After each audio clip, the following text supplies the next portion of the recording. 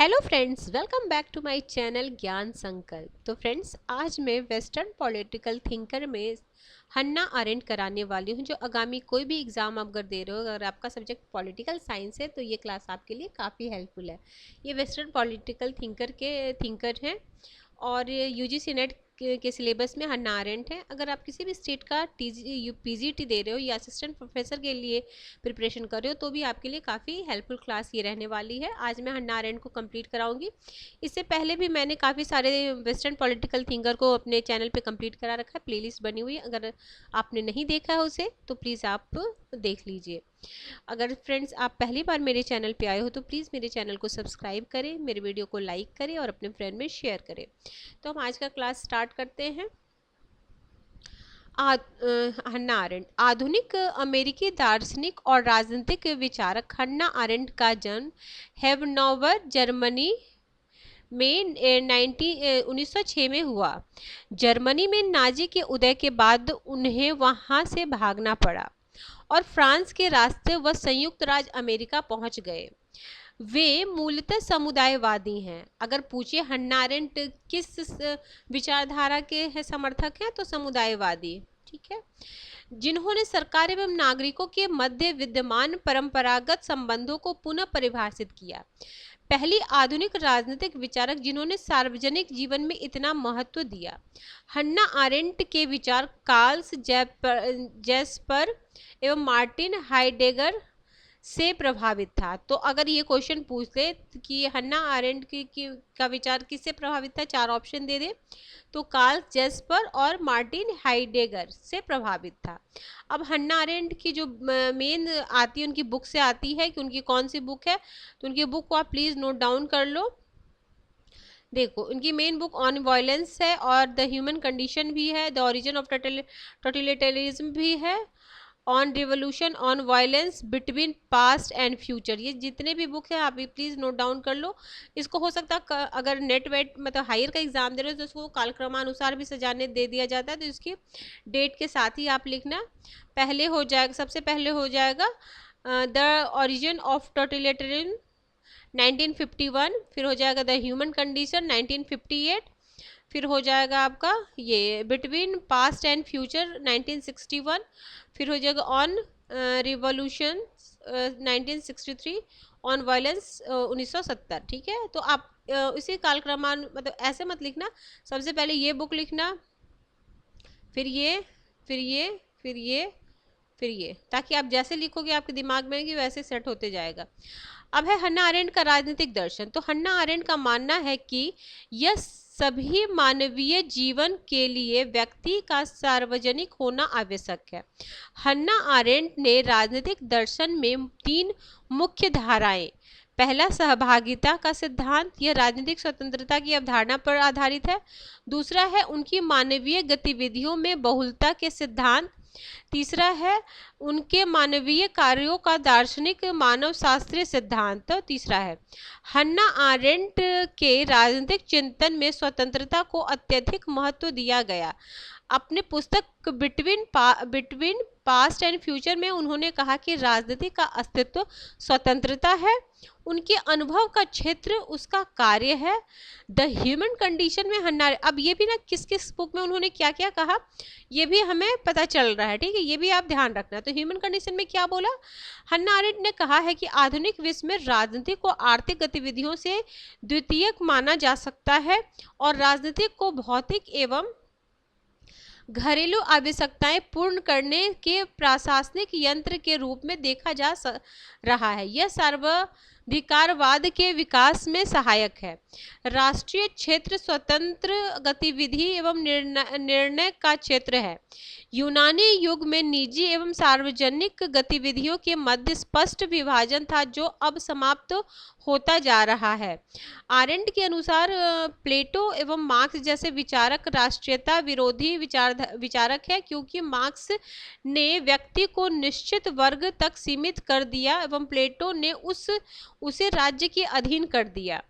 हन्ना aren't का मानना है कि राजनीति का आशय शक्ति प्राप्त करना न होकर राज्य एवं सम्मान प्राप्त करना है। आरेंट ने दलों के बजाय व्यक्तियों को महत्व दिया एवं लोकतंत्र का समर्थन किया।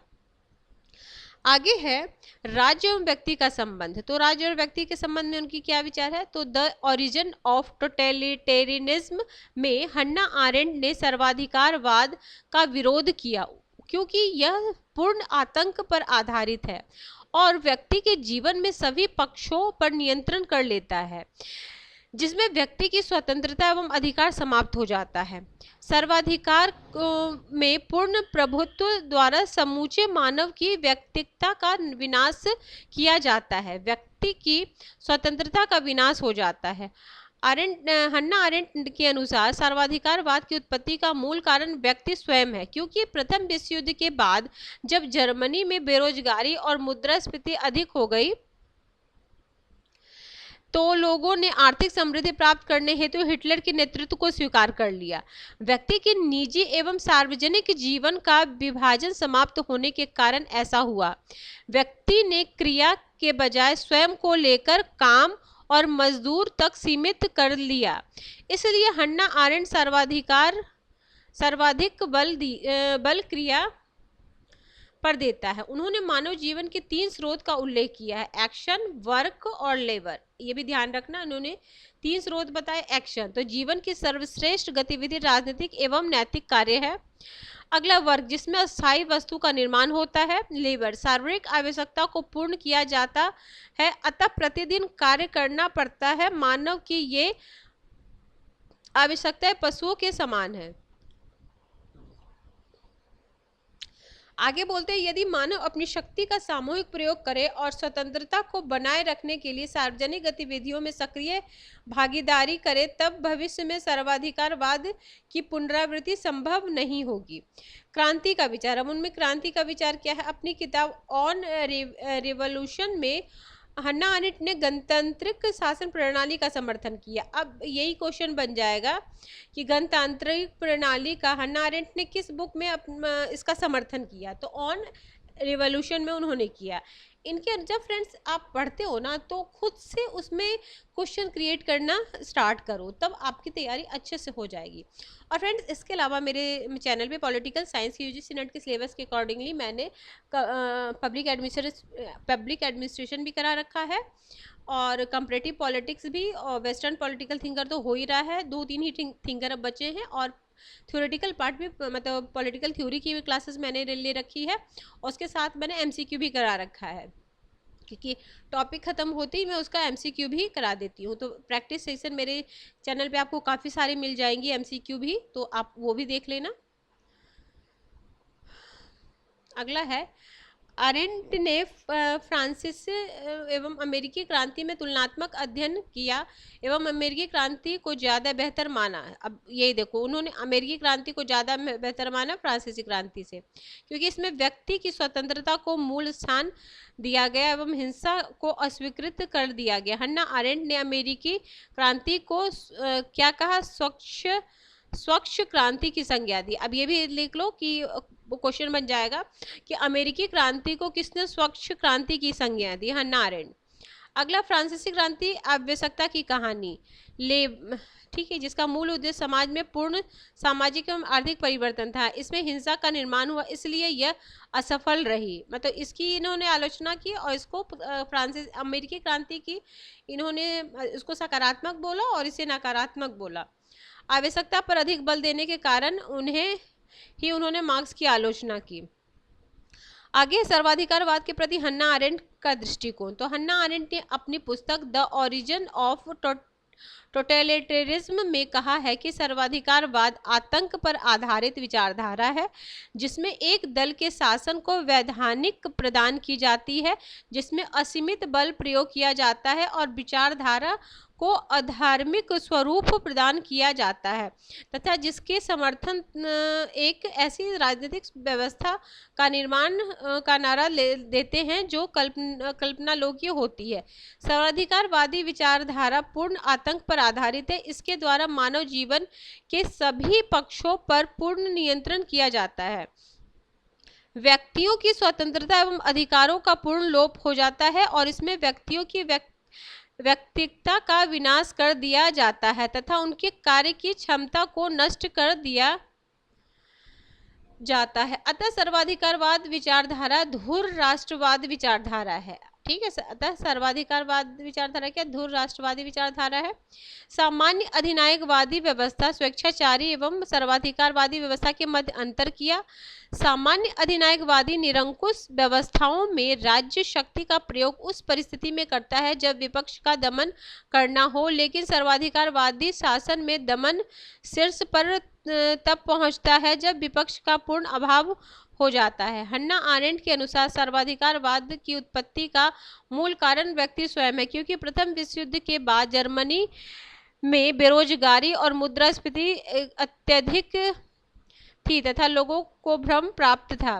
वे अपने हितों के प्रति सचेत नहीं रहे तथा उन्हें आर्थिक समृद्धि प्राप्त करने के लिए हिटलर जैसे सर्वाधिकारवादी नेतृत्व को स्वीकार कर लिया। इतिहास की सर्वाधिकारवादी प्रणाली के आधार पर भविष्य के लिए महत्वपूर्ण शिक्षा मिलती है। आगे बोलते हैं, यदि मानव अपनी शक्ति का सामूहिक प्रयोग करे और स्वतंत्रता को बनाए रखने के लिए सार्वजनिक गतिविधियों में सक्रिय भागीदारी करे तो भविष्य में सर्वाधिकारवादी का पुनरावृत्ति संभव नहीं है। ठीक है, ये व्यक्ति को सहभागी बनने की वकालत करते हैं समुदायवादी और गणतंत्रतावादी विचार। तो हन्ना आरेंट के विचारों को राजनीतिक सिद्धांत के परंपरागत श्रेणियों में विभाजित नहीं किया जा सकता, इसलिए न तो उन्हें उदारवादी कहा जा सकता और न ही समाजवादी। यह स्पष्ट है कि हन्ना आरेंट फांसीवाद के प्रबल विरोधी थे, तो मतलब उनको ना उदारवादी कहा जा सकता है ना ही समाजवादी, परंतु ये तो स्पष्ट है कि वो फांसीवाद के प्रबल विरोधी थे। उन्होंने व्यक्तिगत स्वतंत्रता को अत्यधिक महत्व दिया, परंतु व्यक्ति को सदैव नैतिक और सामुदायिक प्रणाली माना है। उनका प्रधान एवं आणविक समाज की आलोचना की। मार्क्स की प्रबल विरोधी थे। अब मार्क्स की भी आलोचना इन्होंने की। ठीक है, उनके अनुसार लोकतंत्र में व्यक्ति की सक्रिय सहभागिता को बढ़ावा देने की आवश्यकता है तथा शक्तियां आम जनता में निहित होती है, सरकार में नहीं। इसलिए जनता की सहमति पर लोगों का समर्थन सरकार के संचालन का मूल आधार है। सहमति द्वारा व्यक्ति के विचारों में परिवर्तन करना शक्ति है। राजनीति के अरस्तु के विचार का समर्थन। तो उन्होंने राजनीतिक क्षेत्र में नैतिकता का पर्याय माना, जिस प्रकार यूनानी विचारक अरस्तु ने किया था, न कि राजनीतिक एक्शन का क्षेत्र। उन्होंने दास प्रथा का समर्थन नहीं किया। राजनीतिक अर्थव्यवस्था से सर्वोच्च है सार्वजनिक गतिविधि। हन्ना आरेंट की आलोचना। तो मानव गतिविधियों में कृत्रिम विभाजन करना गलत है। कई परिस्थितियों में निर्धारित करना कठिन हो जाता है कि किस विशेष कार्य को विशेष गतिविधि में रखा जाए। अमेरिकी क्रांति का एक मात्र सर्वोत्तम उदाहरण है। यह पूर्णतः स्वीकार करना कठिन है क्योंकि फ्रांसीसी क्रांति ने भी दुनिया को व्यापक तरीके से प्रभावित किया। अब निष्कर्ष के तौर पे हम कह सकते हैं कि हन्ना आरेंट का विचार सभी विचारिक विभाजनों से परे है। वह स्वतंत्रता की समर्थक है, लोकतंत्र की पक्षपोषक और सबसे बढ़कर एक क्रांतिकारी मानववादी। ठीक है, जिनके विचार 21वीं सदी के लोकतंत्र और मानवाधिकार के युग में अत्यधिक प्रासंगिक है। तो फ्रेंड्स, हन्ना आरेंट हमारा कंप्लीट होता है। नेक्स्ट क्लास में मैं फ्रेंच फैनन पढ़ाने वाली हूँ। अगर आपको अगर आपको ये चैनल हेल्प कर रहा है तो प्लीज़ मेरे चैनल को सब्सक्राइब करें, मेरे वीडियो को लाइक करें। तो ऐसे ही आपके एग्ज़ाम ओरिएंटेड टॉपिक, और मैंने MCQ भी बहुत सारे प्रैक्टिस सेशन भी करा रखी है। इसके साथ साथ मैंने UGC नेट के प्रीवियस ईयर के क्वेश्चन भी करा रखी है। आप प्लीज़ एक बार चैनल पे विजिट करना और चैनल के जो प्लेलिस्ट को चेक करना। आपके लिए 1000 क्वेश्चन सीरीज है जो UGC नेट के प्रीवियस ईयर के क्वेश्चन है।